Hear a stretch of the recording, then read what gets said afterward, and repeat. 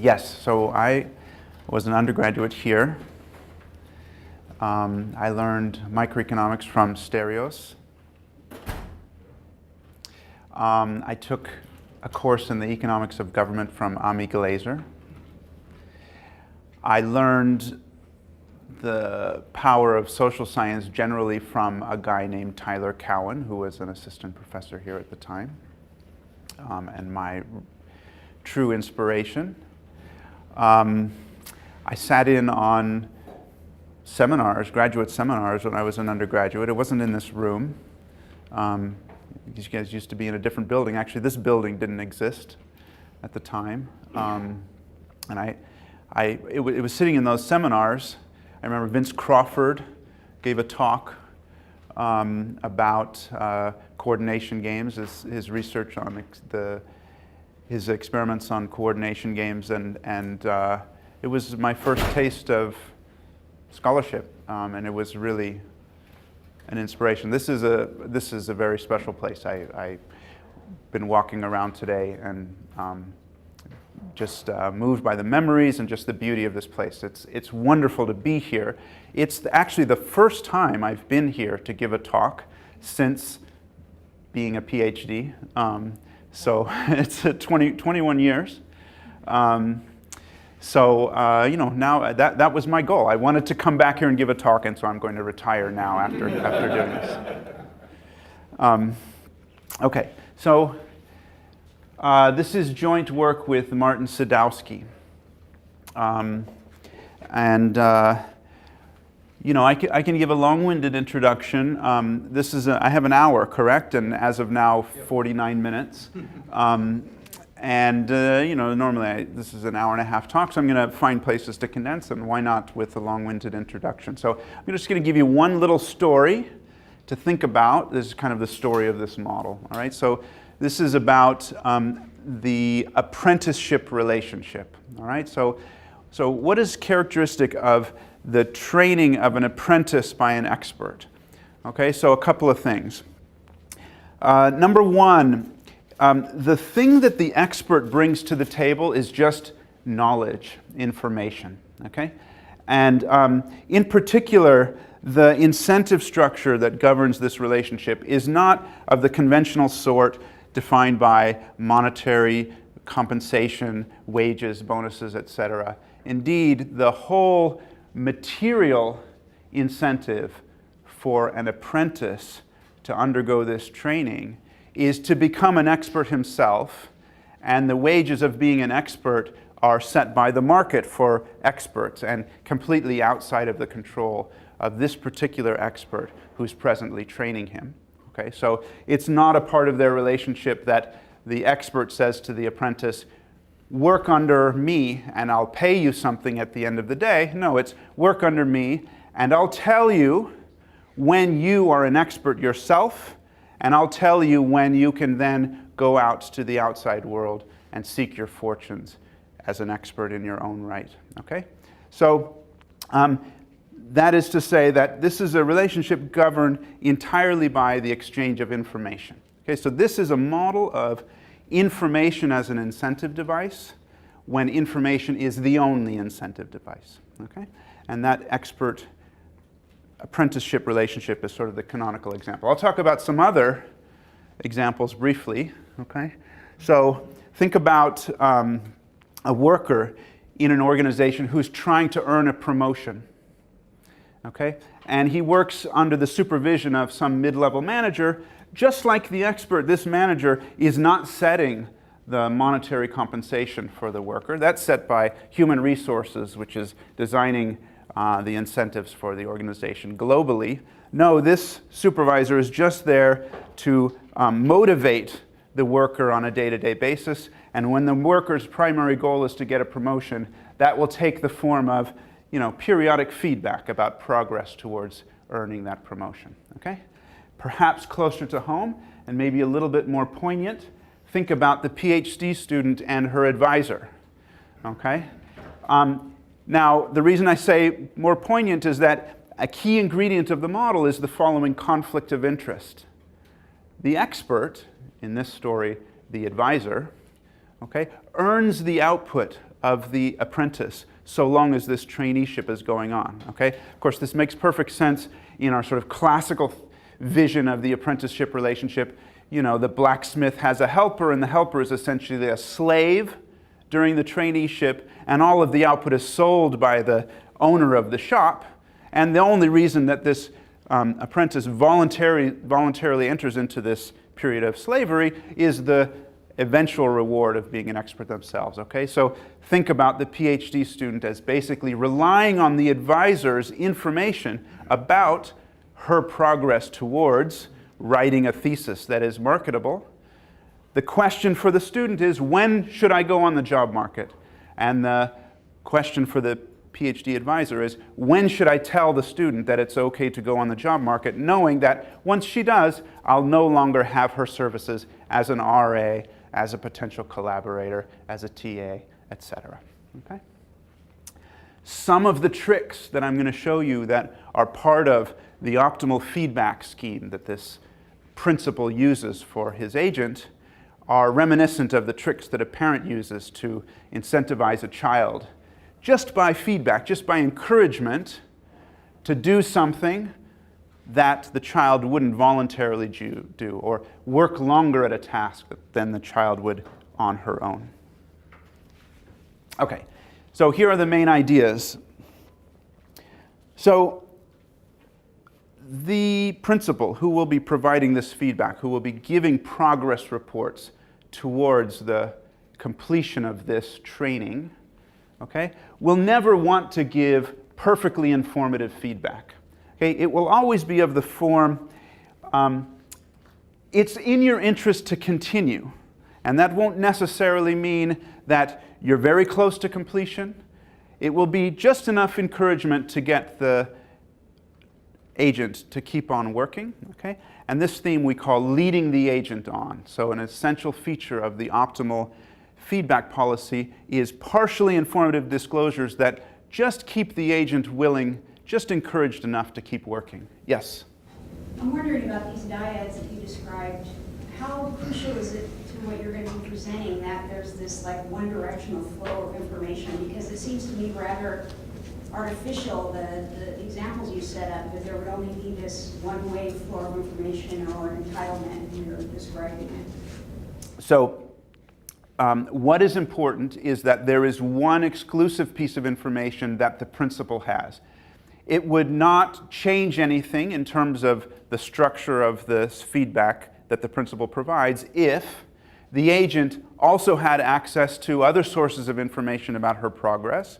Okay? It would just be that the principal, this principal, who has some additional information and is the exclusive holder of that additional information, would have to take into account when he provides these disclosures to the agent what the agent already knows from external sources. And you could think of the model I'm describing as one in which has already factored out all of that external information. So you're going to present a formal characterization of that so we can track? So I will not give you a theorem that says if there's another piece of information, then this model is kind of the marginalization on the piece of information that the principal has.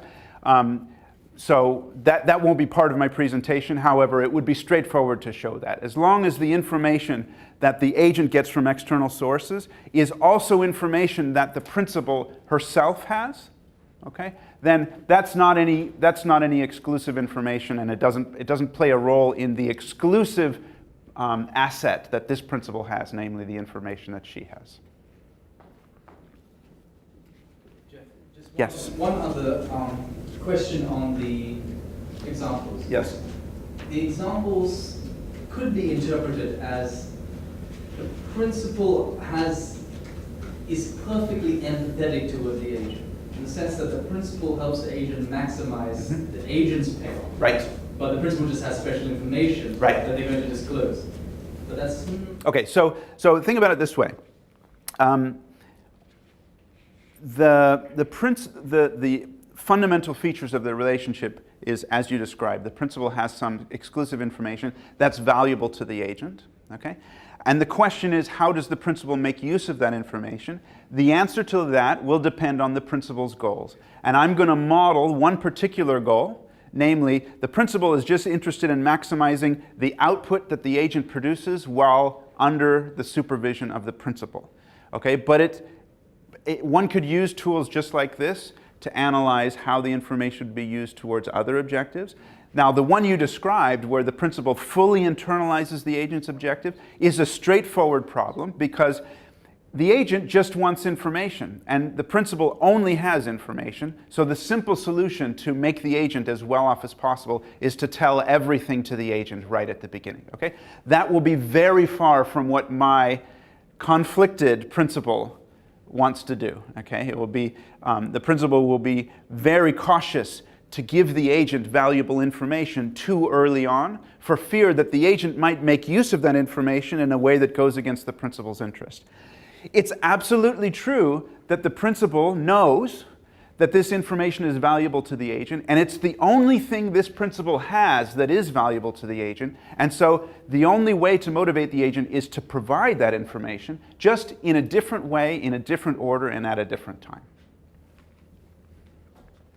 And Yes? the information transmission is costless? Yes. So I guess, again, in the spirit of just focusing on the issues at hand, I'm not going to think about the cost of providing this information. They'll just be in the form of disclosures. Okay? The principal is just going to write a report to the agent saying, here's how you're doing. Okay. The key feature of this kind of relationship is the following incentive reversal. When the agent begins the training, the agent thinks about how long it's going to take to become an expert herself. Okay? And the agent might be worried that it'll take a long time. And if the agent is too pessimistic about how difficult this task is, she might not want to even start. And therefore, it will be in the interest of the principal early on to be encouraging, to provide information that, if at all possible, persuades the agent to think that this task is easier than she might have thought. Okay? However, once that happens, and once the apprenticeship begins, some of the effort required to become an expert is now sunk. And so the incremental cost of completing a task, a very difficult task, is now less daunting to the agent. Okay? And at that point, because the principal doesn't want the agent to quit any earlier than necessary, it's in the principal's interest to make the agent think that the task is more difficult than she might have thought before, so that she will keep on working. Okay? Because of this sunk cost, the goal of the principal in terms of what she wants the agent to believe changes over time. And that's going to mean that the principal has to solve a trade-off about when to disclose information and of what nature. Okay? And the construction of the optimal feedback policy will be all about balancing that trade-off. Yes? Is the information productive? So if I tell the student more information, then the student is more productive, then I can enjoy more output. So you could think of another aspect of the knowledge transfer that happens in an apprenticeship, which is just telling this sushi chef how to roll maki. Okay? And that's something that the expert himself knows, and something that the trainee would like to know to become better. Okay? But that's going to be separate from telling the trainee when she has acquired enough skills to be an expert herself. Okay? And so I'm folding all of that first kind of knowledge transfer just into the physical act of working. Okay? So as long as the agent works, she produces output, and if she's worked long enough, then she's acquired enough training to become an expert herself. All right, so this incentive reversal gives rise to what we call moving goalposts, okay, which is a familiar idea, and it has this feature of, as time goes on, becoming more and more pessimistic about how difficult this task is.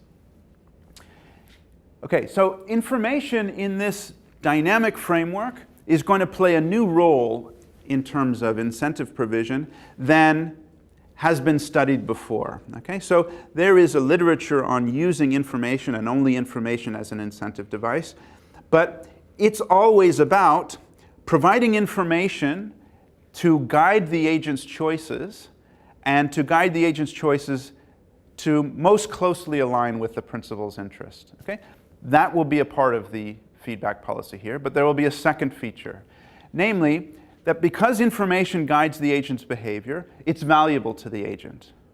Okay? And if the principal is going to provide something of value to the agent, like information, then the principal should use that asset wisely. In particular, the principal can promise the agent to provide valuable information in return for effort. Okay? So information will take on a role similar to material rewards traditionally, namely as a carrot that compensates for an initial period of effort. Yes? So where does the component of altruism that is so central to teaching factor into this idea? Okay, that's a good question.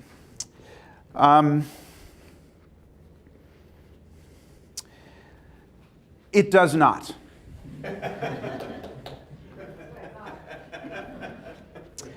There's a partial altruism in the sense that you care about the output, but you're underweighting the cost. So as always, even a principal who has no intrinsic altruism will be disciplined to act in a somewhat altruistic fashion, namely to provide value to an agent, but only because there's something that the principal gets in return. Okay? And as you'll see in this model, this will take an extreme form. Okay? So the principal will be providing valuable information to the agent. Actually, in the end, will be providing the maximal value that could be generated from the principal's information, and yet, nevertheless, the information will be structured in such a way that all of that value accrues to the principal. Okay? So if we looked at the social value of this relationship, it's large, certainly larger than if the principal and the agent did not connect at all. And yet, all of that surplus value that the principal creates by providing this information will eventually accrue to the principal himself. So I'm going to show you how information can be provided to create value and also extract value. Jeff, I don't want to hold you up too much more, get noticing, but just could you interpret that as the value does not accrue to the principal, it accrues to the agent. The principal wants to maximize the agent's payoff, but it's an imperfect form of altruism where they underweight, in a dramatic way here, the costs that the agent incurs in generating the output. Absolutely. So that's a perfect form of altruism. Absolutely. You're co-author now.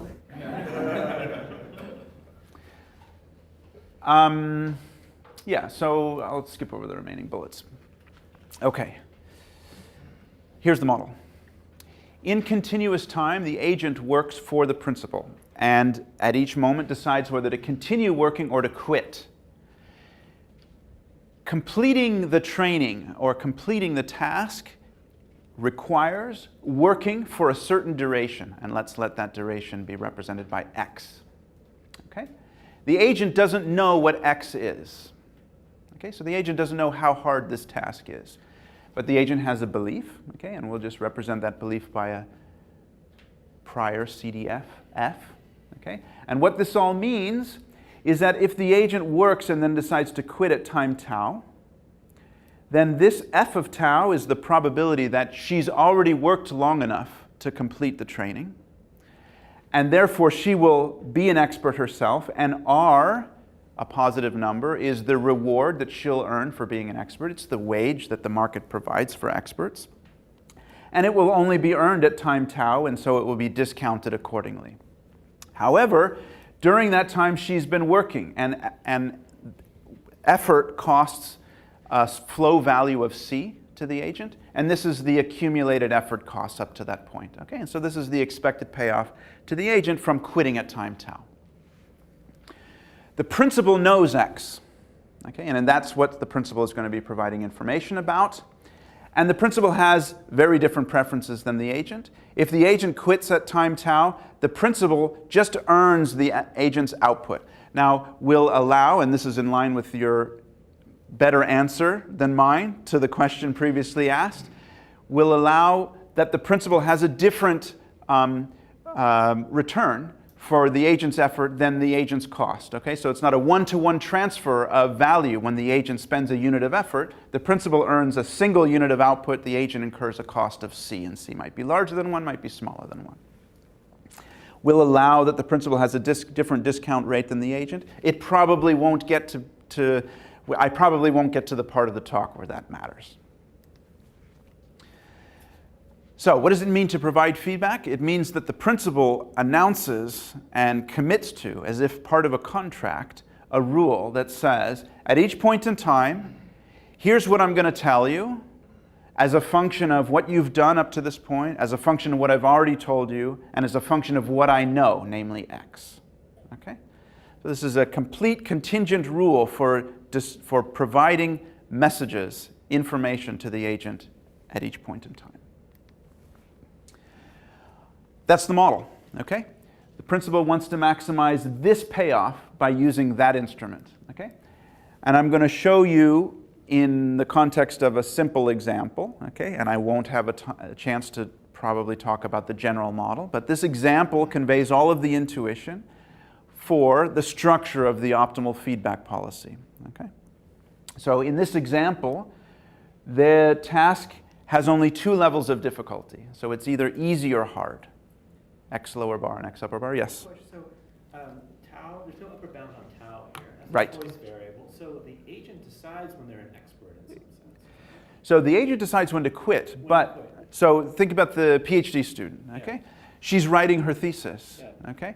And each day the advisor is reading it and giving feedback and saying, yes, you're ready, or no, you're not ready yet. Now, of course, the student can just ignore the principal and just go on the market, okay?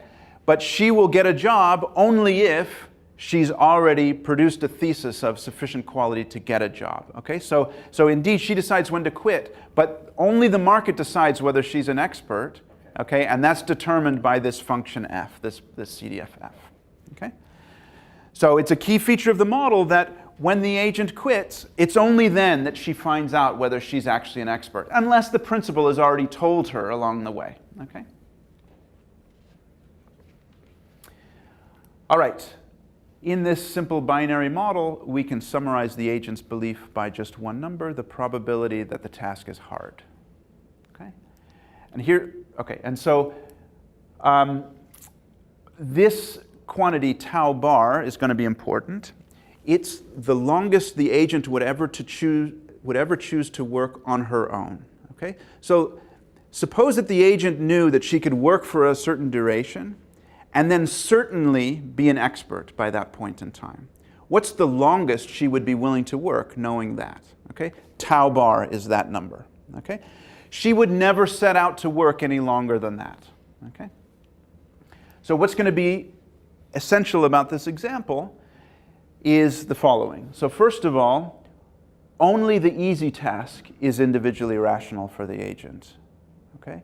The difficult task is so difficult that if she knew it were that difficult, she would quit at the beginning.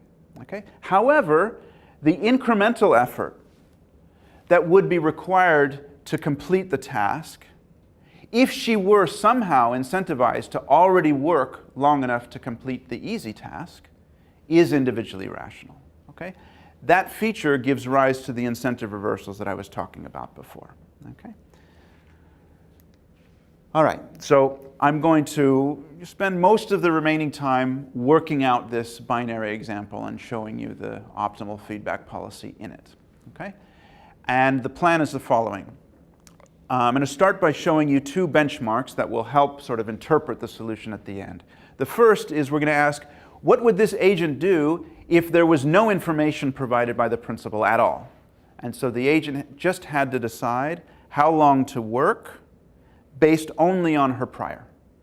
Okay, so we'll call that the no information benchmark.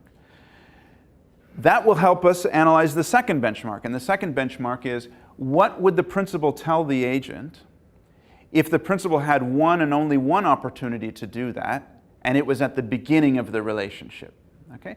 The reason for this benchmark is that when I then proceed to calculate, to derive the optimal feedback policy over time, the comparison of that policy to the policy in this second benchmark will tell us the value of sequential disclosure relative to one-shot disclosure. Okay? And that's going to be kind of the essential lesson of the model. All right, so let's ask, what would the agent do on the basis of her information alone? Okay, so as a function of the agent's prior, remember mu is the probability that the task is difficult. I've plotted here the payoff to the only three things that the agent would contemplate doing if the principal were not providing her information. And those three things are: don't work at all, which would give the agent a payoff of 0 no matter what. Okay? Or work long enough to complete the task if it were easy. And that payoff will depend on the agent's belief that the task is difficult. Indeed, if the agent is quite confident that the task is easy, then this will give the agent a positive payoff. But if the agent is pessimistic that the task is difficult, then working only until X lower bar is likely not going to earn the reward and yet incur some cost and will give the agent a negative payoff. Okay? Finally, because the difficult task is not individually rational, working that long gives a negative payoff and a constant payoff, because working that long guarantees that the agent earns the reward at that date, whether the task is easy or hard. If the task was easy, working until X upper bar is enough to complete the task, and actually more than enough to complete the task, and the agent will complete the task at that time. Okay? So a negative and constant payoff from working until X upper bar. So let's keep track of the turning point. That is the belief at which the agent is indifferent between these two effort durations, mu bar. Okay? The upper envelope of those curves is depicted here, and it's the agent's value function. So this tells us what the agent will do and her value from doing it based only on her prior. Okay? If she's optimistic, she works until X lower bar and gets this payoff. If she's pessimistic, she doesn't work at all and gets a payoff of 0. Okay. Now, the principal is earning the agent's output as she works. She's not providing any information yet, but he's earning her output, and the principal gets some value from that. And so here's the principal's value function from the agent's choice based only on her prior.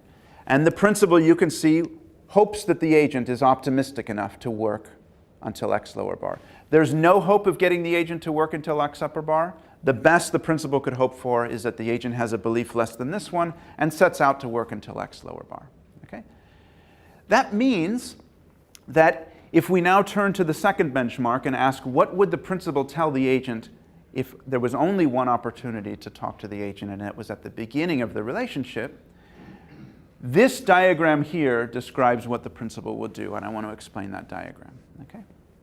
So formally, this diagram is derived from this value function that we had for the principal. And what I've added here is this green segment. Okay?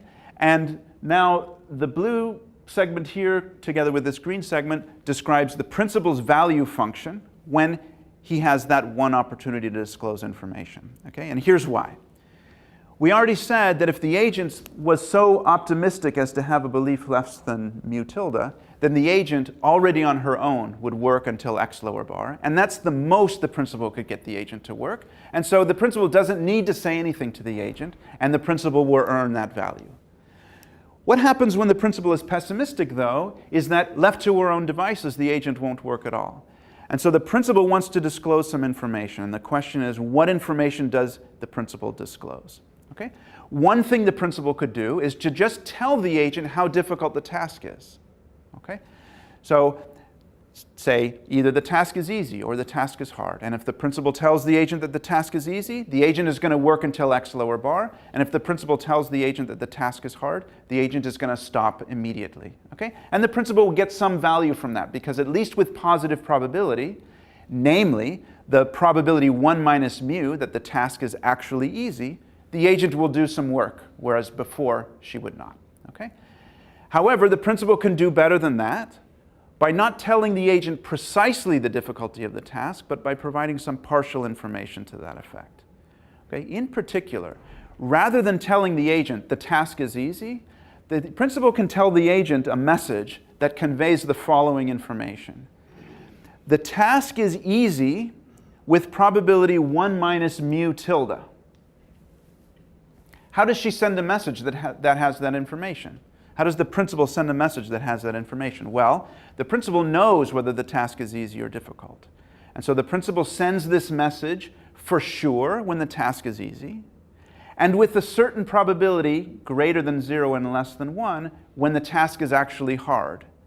And that probability is calibrated so that when the agent hears the message and knows that it comes from those two possible sources with their associated probabilities, the conditional probability that the task is actually easy is 1 minus mu tilde. Okay? And the principal can construct the message in that way.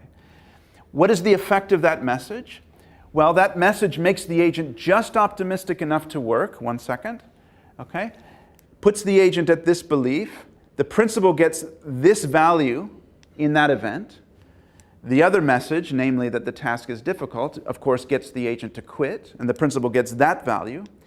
This green line calculates the expectation of these two payoffs, this payoff and this payoff, with respect to the probability distribution of these two messages. The probability of the message that gives the agent the belief mu tilde, and the probability of the message that gives the agent the belief 1. The reason that this green line has that property is that the law of total probability tells us that any message which gives two different posteriors to the agent must come with probabilities so that the expected value of those posteriors is the prior. So for example, if the agent started with a prior here, okay, then the probability of this message and the probability of that message must be such that the average is this point. And therefore, the average of these two payoffs will just be found by the height of this green curve. Yes? What would happen if you have a whole spectrum of projects? Do you still need to randomize, or can you pick the right difficulty at each moment and lead on in this way?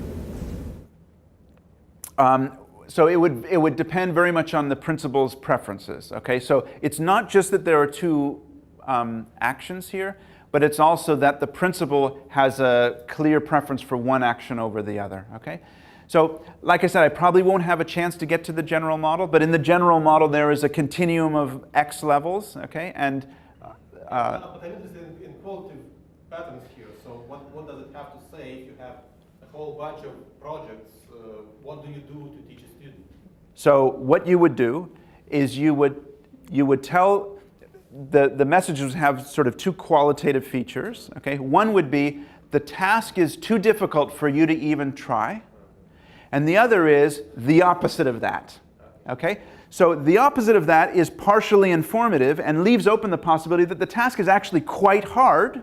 Okay, but when pooled with the easy tasks, is still worth your effort to embark on. Okay. All right. Over here, I've drawn the agent's value function from being exposed to this disclosure policy. And what you'll see is that this green segment is exactly on top of the previous part of the value function. That is, the agent is getting no value out of this disclosure. And the reason for that is that this message, which is the one that gets the agent to work, puts the agent at a belief that makes her indifferent between doing that and not working at all. And of course, not working at all is what she would have done if she got no information in the first place. Okay? So this disclosure makes her indifferent between what the principal is getting her to do and just not working at all. And not working at all is what she was doing on her own anyway. Okay? So she gets none of the value of this information. All of the value is going to the principal. Okay? So this is the first glimpse at the way that information can be used to create value and also extract that value to the principal. Okay? And we'll see that, we'll see more of that later on. Okay, remember this was the second benchmark. This is what the principal would do with just one opportunity to disclose information. Let's just summarize. The nature of the disclosure is to persuade the agent that the task is easy. There's no way to get the agent to complete the difficult task. Okay? However, once the agent starts working, past effort costs are sunk and the future looks different. Okay? And we can see how that affects things by tracking now the continuation values of the agent to these three options. Okay, so here's the diagram I had before. Suppose that time passes now. Suppose the agent has begun working and some time passes. The continuation value now of working until x lower bar or x upper bar rise, because the original value included the entire cost of working, and the continuation value now just includes the continuation cost of working. Okay, and that's lower. And also the reward is coming sooner. There comes a point in time where even the value of completing the difficult task is positive. Okay? And if we look at the principal, what that means is that his value from inducing different posteriors in the agent changes as time passes. Okay? It's less valuable now to get the agent to complete the easy task because some of the rewards, some of the output has already been earned. And there reaches a point in time where now what the principal wants to do is to convince the agent that the task is hard so that she will work until x upper bar. And if we were to stop things at that point in time and go through the same exercise that we just did in our benchmark and ask what would be the nature of the optimal disclosure at that point in time, okay, well, we're going to get a similar figure, only now it's going to be in this region where the principal wants to disclose some information, and the nature of that information is to try to persuade the agent that the task is harder than she thought. Okay? However, the only way the agent could get to that point, to get to be incentivized to start working, was to disclose completely contradictory information at the beginning, namely that the task was easy. Okay? So this is the trade-off. And the question is, how does the principal resolve this trade-off given that he's got more than one opportunity to disclose information? Okay? And the answer is, he uses information in a different way. Okay? In particular, the information about how difficult the task is valuable to the agent, and the agent knows this. And the principal can therefore withhold it completely and offer it only in exchange for some initial effort. Okay? And then after that initial effort, tell the agent whether the task is easy or difficult. And if the principal waits long enough to give the agent that information, then upon informing the agent that the task is actually difficult, the agent might go on and complete the difficult task anyway because of our incremental effort assumption. Okay? So, in particular, suppose that the principal asks the agent to work until x lower bar without telling the agent anything. Okay? Of course, on its own, that's not enough incentive. But the agent is going to reward the agent for that initial effort by disclosing some information. And let's start by considering full information. Okay? So let's suppose that the principal says to the agent, I'm not going to tell you anything about how difficult this task is until you get to x lower bar. And then I'm going to tell you exactly how difficult it is. Okay?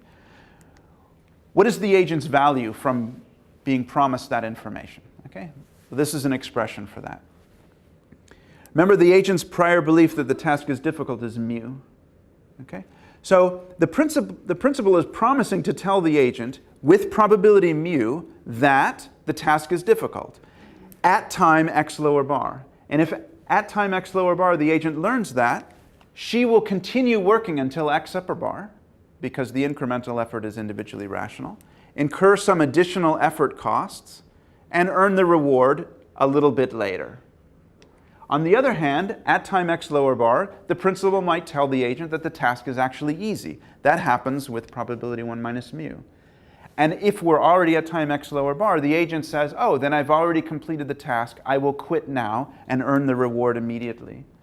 This is therefore the expected value at time x lower bar, and this is it discounted to time 0. This is the value of the promise that the principal is offering the agent at time 0. And the question is then, is that promise valuable enough to the agent to offset the cost of working until x lower bar in the first place? Okay? And that boils down to this inequality. Okay? Here's that value that I had just expressed on the previous slide, and here's the cost of working until x lower bar. Okay? Now, for values of mu that are not too large, when the agent is not too pessimistic at the beginning, this is going to be satisfied, and the agent will be incentivized to work. Okay? for values of mu that are close to 1, this is not going to hold, and then we're going to have to look at a different mechanism, and that will come second. Okay? So I want to analyze this case to begin with. Okay? When this inequality is satisfied, we have constructed a mechanism, a disclosure policy, which has these features. Number 1, it gets the agent to work until x lower bar for sure. Remember, with the previous 2 benchmarks, the best you could get the agent to do is to work till x lower bar with some probability. Okay? Now she works that long for sure, no matter what her prior is, okay, when that inequality is satisfied. Secondly, having gotten there, she continues on to x upper bar with positive probability, indeed probability mu. So this is what we call leading the agent on. Okay? Telling the agent nothing, and breaking the bad news only when it's too late. Okay? Now, this is not the optimal mechanism. The reason is that this inequality will typically be satisfied strictly. Okay? For levels of mu that are close enough to 0, this is going to be strictly satisfied, and that's going to mean that this reward is more than enough. And the principal has a method for providing that same value and yet transferring some of it back to himself. Okay, and we saw that before, and let's see how that works now. This is a picture of full disclosure. The reason that this is a picture of full disclosure is that this green segment now connects the point 0 and the point 1. And so this is the principal's expected value from the promise we've been looking at so far. And this is the agent's expected value from that promise. Okay? If the principal adds a little noise to that disclosure, in particular doing something like we saw before, where the message that gets the agent to work until x upper bar is not one that says, for sure the task is difficult, but it's one that says, the task is quite likely to be difficult, although it may be easy, but it's likely enough to be difficult that it's in your interest to keep working. Okay? That gets the agent to continue on to x upper bar as well, but with a higher probability, and thus the principal's value from that disclosure is larger than full disclosure. And notice that the agent's value from that disclosure is also smaller than the value of full disclosure. And so this is just transferring welfare from the agent to the principal, okay? But still providing the valuable information. Okay? So it's providing information and extracting its value. What the principal would like to do is to just keep moving this point to the left, reducing the agent's value from this promise until the constraint is satisfied with equality, until the agent is just compensated for the initial effort. Okay? And after we've done that, we will have found a policy which is optimal among all of the policies of the special form we've been considering so far, namely, which disclose information only at time x lower bar. Okay? Of course, the principal has infinitely many opportunities to disclose information, and so the question is, what's the optimal policy among all of those? Okay? And in fact, this policy is optimal globally, okay, for the following reason. The policy we constructed has 2 properties, one of which I've already told you. Namely, it extracts all of the value of the information from the agent. That is, the agent is no better or worse off than if she acted on her own. Okay? So the principal couldn't lower the agent's welfare any lower than that without getting the agent to refuse to participate. Okay? That's property number 1. The second property is that it in fact is efficient. Okay? The policy is Pareto efficient. Okay? And here's why. Think about any disclosure policy that the principal might use. Whatever it is, the agent responds to it in some way, makes choices about how long to work, okay? And with some probability completes the task, with some probability doesn't complete the task, and works for certain durations with different probabilities. Think about any such outcome of the game, okay? Is there a way to construct such an outcome which raises the principal's payoff without lowering the agent's payoff? That's the question, okay? That's the efficiency question. The answer is no, for the following reason. In the policy that we constructed, the agent completes the task with probability 1. For sure he gets to time x lower bar, And if the task is difficult, for sure she continues on to X upper bar. Sometimes she continues on to X upper bar even when the task is easy. Okay? But that doesn't stop her from earning the reward. It just means she earns it a little bit later.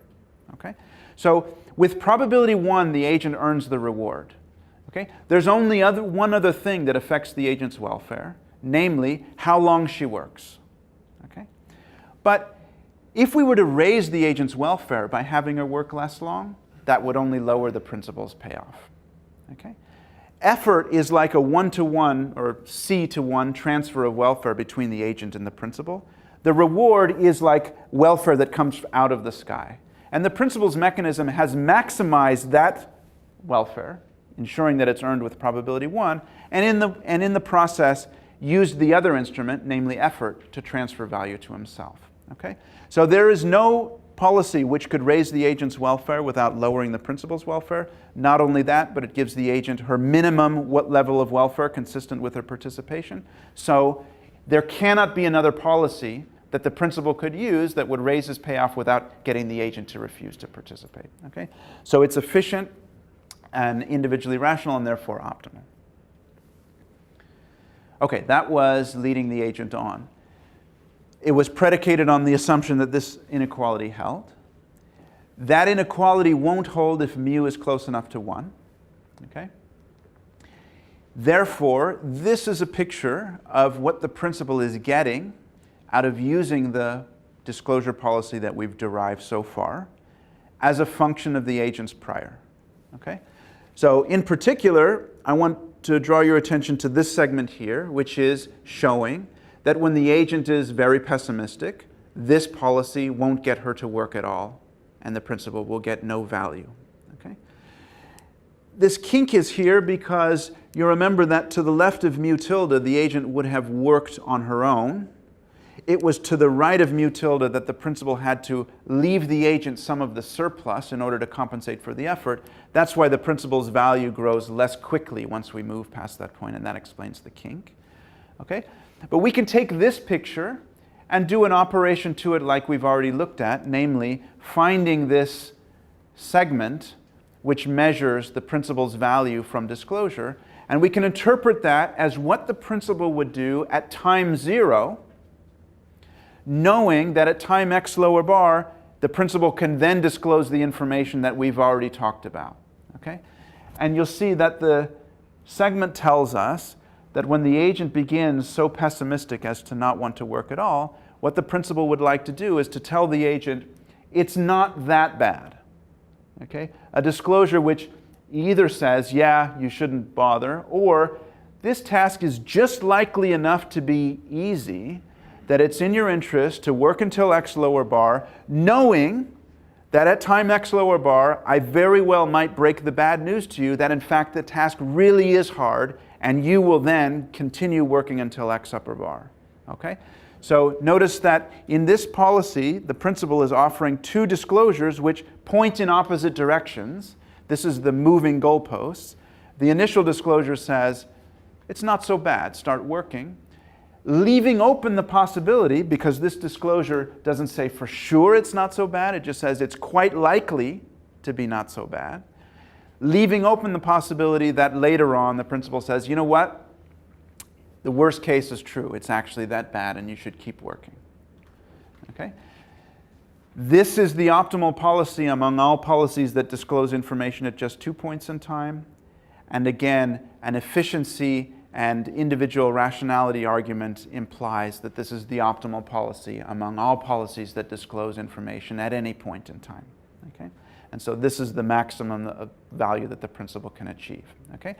This value, again, extracts all of the value from the agent. This policy extracts all of the value from the information from the agent because this disclosure, which sends the agent to the posterior represented by the diamond, puts the agent at a posterior where she's indifferent between not working at all and going along with the principal's scheme.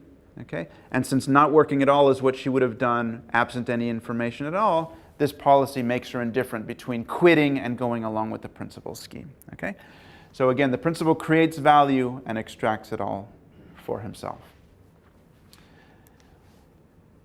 Okay, so I have 2 minutes to go, and there is no hope of walking through the entire general analysis. I have 6. Oh, excellent. Okay, so I have only faint hope of getting through. So what I will do is just show you one little extension, very briefly, which answers the following question. Think about the story I gave you, one of the stories I gave you at the beginning about the organization which has a promotion standard set by the Central Human Resources Department and a supervisor that's providing feedback. Okay?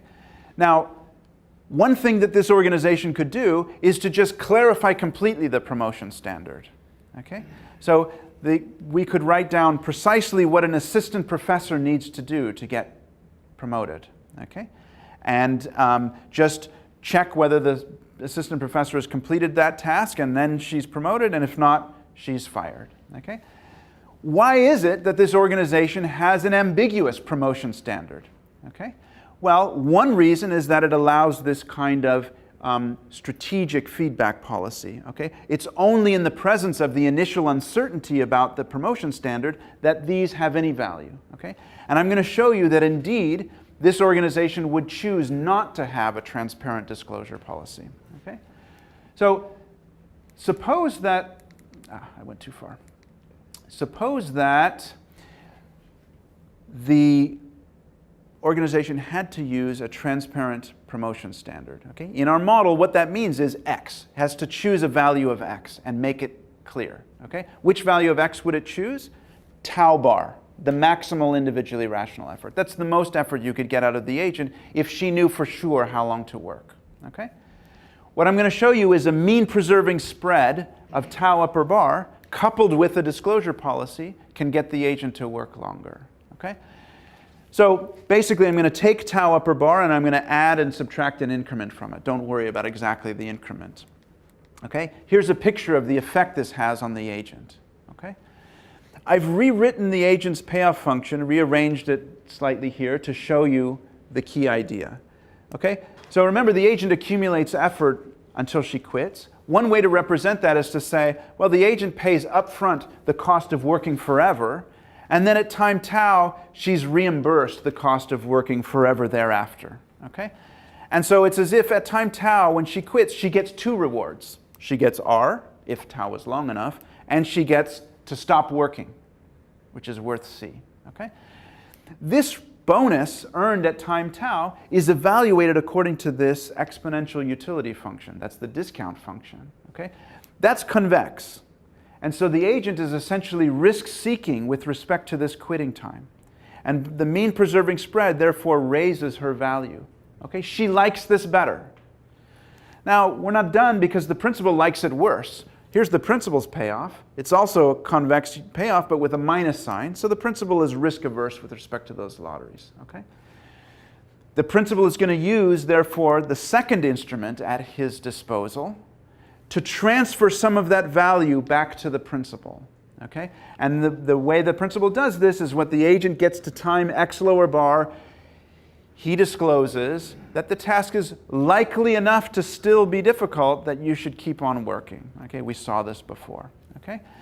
And this transfer of surplus can take some of the value created for the agent and transfer it back to the principal. There's an argument I don't have time to go through that shows you that this eventually pays off for the principal. Okay? But the end result is a policy coupled with, strategic disclosure, which raises the principal's payoff relative to what he could get if he had a transparent promotion standard. And that's by just taking this mean preserving spread. And in the last minute, let me just tell you where this leads to.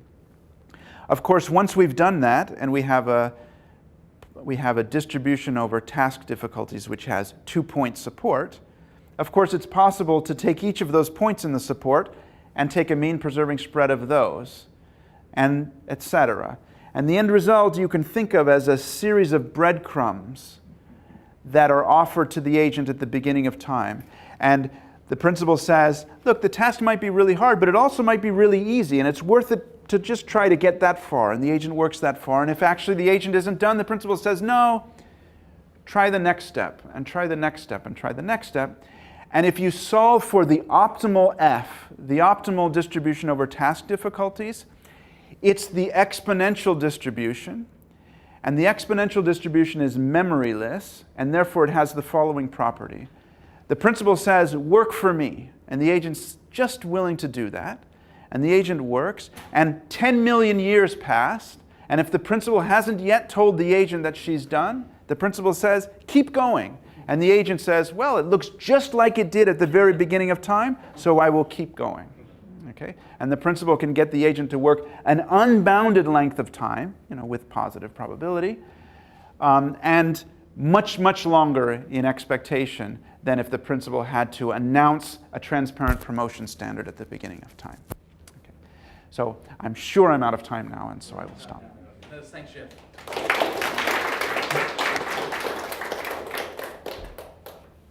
Yes?